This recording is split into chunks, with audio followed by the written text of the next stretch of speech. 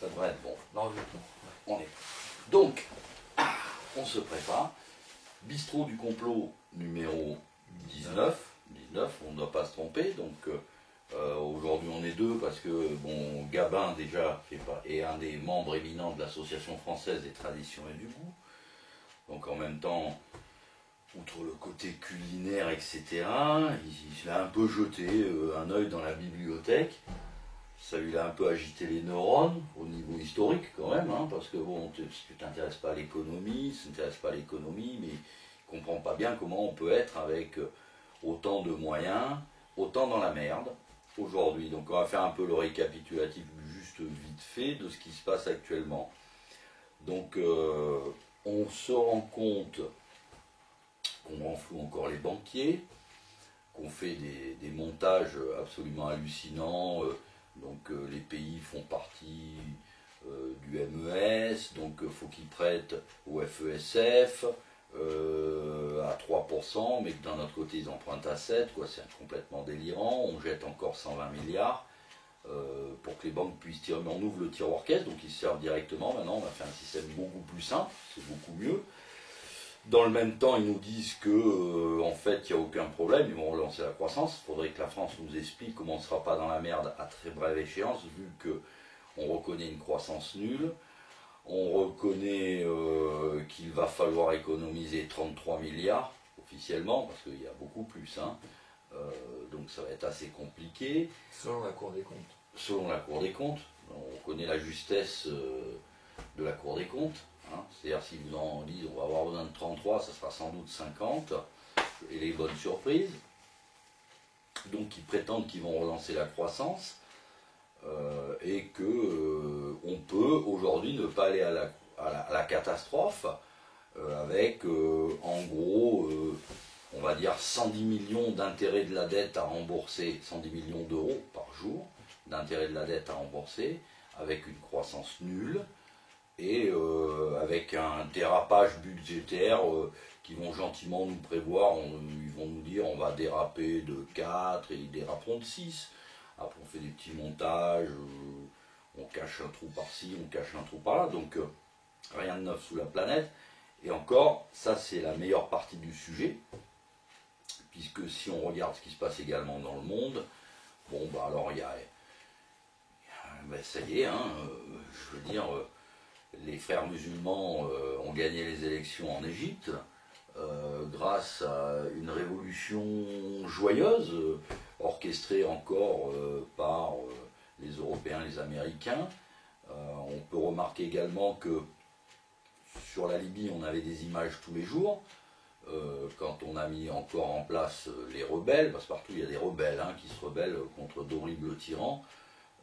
Si une révolution spontanée avait déjà existé, ça se saurait, et puis il y aurait déjà une révolution dans toute l'Europe, dans beaucoup de pays d'Europe. Mais là, il paraît que c'est des révolutions spontanées, donc on a vu, bon, la Tunisie, ça a été assez homéopathique, la Libye, ça a été assez furieux, l'Égypte, moyen, mais là, en ce moment, on attaque la Syrie. Et là, ça commence à devenir vraiment très grave, On arrive vraiment dans quelque chose qui va forcément ouvrir une poudrière. Déjà, on ranime une guerre chiite-sunnite, ça c'est sûr et certain. Derrière, les Russes, bon, ne sont quand même pas dupes de la propagande, on va dire occidentale, pas plus qu'ils savent très bien d'où viennent les armes des insurgés, qui sont ces fameux insurgés. Donc ça fait monter un peu la mayonnaise, tout ça, et on est en train de fabriquer une très belle poudrière au Moyen-Orient, mais ça on l'avait dit il y a très longtemps, enfin pas nous, tout le monde sait que le Moyen-Orient, tel qu'il a été créé à partir du XXe siècle, pour certains fous, furieux, d'autres appelleront initiés, etc., c'est ce qui va servir à mettre en place la Troisième Guerre mondiale qu'ils appellent de tous leurs voeux. C'est pour ça que dans la situation de l'heure présente, ils savent très bien que ce soit au niveau économique, que ce soit au niveau géopolitique, que ce soit à tous les points de vue, bon, la messe est dite, c'est plus qu'une question de timing. Alors certains prétendront connaître le timing, nous, au bistrot, on n'en a aucune idée. On n'a aucune idée, on s'est dit que finalement on allait monter une association, parce que dans tous les cas de figure, on aura toujours à bouffer. On veut manger. On veut manger, on n'est pas concerné. Et bien, bon, pas cher. On ne veut plus mettre les pieds dans une grande surface, il y en a ras-le-bol. Donc, on réfléchit, on pense, on étudie. On se prépare aussi, parce que vous savez, les Grecs maintenant, c'est pas trop sympa, tout le monde sait très bien que c'est les spéculateurs qui les ont mis à genoux, faut pas mentir. Alors il y a des amendes qui continuent, hein. Les manipulations, les scandales financiers, le dernier en date, bon, il est sorti ces jours-ci, j'ai vu sur certains sites, c'est la manipulation des taux Libor et Euribor. Barclay a pris une amende, alors on dit toujours une amende record, hein. On serait assez intéressé de savoir, nous, au bistrot, combien ils ont gagné. Vous voyez, parce que si aujourd'hui un vulgum pécus, vous oubliez de déclarer 200 € sur votre feuille d'impôt, vous aurez une pénalité au moins 10 fois plus chère. Eux, ils détournent 1 milliard et ils disent on paye une pénalité record de 100 millions. Voilà, donc moi à leur place je continuerai, et c'est ce qu'ils font d'ailleurs. Ensuite, on voit donc les gens qui nous gouvernent, qui nous emmènent à la catastrophe, inventer encore des milliards et des milliards et des milliards. Et donc au bistrot du complot, là aujourd'hui, on a décidé de dire, mais bon, maintenant tout le monde commence à comprendre un petit peu que la démocratie occidentale est un petit peu, avec tous ses élus, au service de la bankstérocratie, en fait, et qu'en fait, ils gouvernent strictement rien du tout. C'est des gens, d'abord, ils savent rien. Voilà, c'est simple, vous regardez, chaque fois qu'il y a une catastrophe économique, quelque chose, ils sont étonnés. Donc, nous, on se pose des questions, mais qu'est-ce que c'est cette démocratie qui issue des révolutions, des guerres, soi-disant, qui sont arrivées par hasard? D'ailleurs, quand on a simplifié le problème, l'éducation nationale a supprimé l'histoire du programme, des fois que ça éveillerait quelques curiosités. Disons, on étudie ce qui n'est pas essentiel. Surtout pas gênant. Il ne faut pas savoir. Voilà, c'est un voile pudique, on dira. Un voile pudique. Donc, pour faire un résumé simple, tout va bien. Un petit détail aussi, ça on n'en parle plus, hein, c'est plus trop médiatisé. Il faut savoir que bon, ça va toujours de plus en plus mal à la centrale de Fukushima. Vous avez à peu près, dans un immeuble en ruine, une piscine de 30 mètres à peu près, qui sert à refroidir. Qui ne refroidit plus rien. Qui refroidit très mal, on va dire. Hein, très mal, très mal, très mal. Les combustibles peuvent à tout moment exploser. Voilà. Ce qui donnerait à peu près, on va dire, 200 ou 300 fois Hiroshima. Et là encore, on est étonné, puisque bon, ça se passe au Japon, et en matière d'irradiation, on trouve que les Japonais ont un peu une attitude légère, et pourtant, ils savent ce que c'est qu'être soumis à des radiations. Hein, ils ont fêté, je crois, il n'y a pas très longtemps, le cinquantenaire d'Hiroshima. Bon, c'est pas compliqué, 45 et 50, ça fait 95. Le soixantenaire. 62, bientôt. Voilà, n'est-ce pas? Donc là, on est carrément, c'est apocalyptique, là. Hein, c'est-à-dire que si ça saute. Le Japon, bon, on évacue Tokyo. Un petit centre urbain léger, ça ne coûtera rien. Disons que 100 millions de personnes sont directement concernées. Oui. Par une catastrophe. Directement. Donc, directement. Et on peut parler quand même de, on ne sait plus trop bien, deuxième ou troisième économie mondiale. Voilà. Grosse. Voilà. Donc quand on voit le merdier que nous a amené la Grèce, hein, voilà, imaginez si le Japon se casse la gueule. Bon, bien entendu, rassurez-vous, il y a 50 fois ou 100 fois Hiroshima, Tchernobyl à côté, c'est un pétard du 14 juillet, qui est suspendu dans un immeuble en ruine et qui continue à fissurer, etc. Et le monde entier aujourd'hui est très occupé à renflouer les banquiers. Moi je pense qu'ils devraient plutôt tous se mettre ensemble, hein, les Russes, les Américains, les Chinois, tous ensemble pour vite enlever cette bombe atomique qui traîne dans une piscine en ruine. Donc, ce qu'il faut aussi qu'on on ne maîtrise pas grand-chose. Ça, Au niveau technologique, on sait inventer, mais quand ça... on sait gérer quand ça tout va Quand bien. tout va bien, une fois que ça part un peu en live. Et puis c'est surtout au niveau quand ça part mal, c'est là qu'on se rend compte qu'on ne sait plus trop qui est responsable. C'est l'avantage du monde moderne, c'est une SARL qui appartient à une société offshore qui elle-même paye ses impôts aux îles Caïmans, n'est-ce pas? Certainement pas dans le pays qui le détruit et qui le ruine. Hein, c'est comme ça que ça se passe. Mais on sait pas. Bon bref, donc on va remonter un petit peu l'histoire, on vous l'avait promis. On va un peu remonter l'histoire et on dit mais comment tous ces gens qui nous gouvernent dans le meilleur système qui n'ait jamais existé, puisque bon, les droits de l'homme, la démocratie, si quelqu'un émet un doute, il a de fortes chances de finir sur un tapis de bombe, hein, américaine autant, française, bon, après c'est juste une question de négociation, toi tu fournis les drones, moi je fournis, bon, bref. Donc on va remonter un petit peu l'histoire, et on va dire, mais comment peut-il se faire qu'il n'y ait en fait plus qu'un pouvoir occulte, parce qu'on ne le voit pas, parce que nous on voit tous que ce qu'on nous appelle le pouvoir, c'est-à-dire le Sénat, l'Assemblée, la Cour européenne, là, c'est du vent. C'est du vent, en fait, c'est des gens, quoi qu'il arrive, on verra qu'ils seront au service d'un lobby. Si c'est par exemple, vous allez aux commissions européennes à l'agriculture, ils seront au service de Monsanto. Si vous allez à la commission des droits de l'homme, ils seront au service de l'OTAN.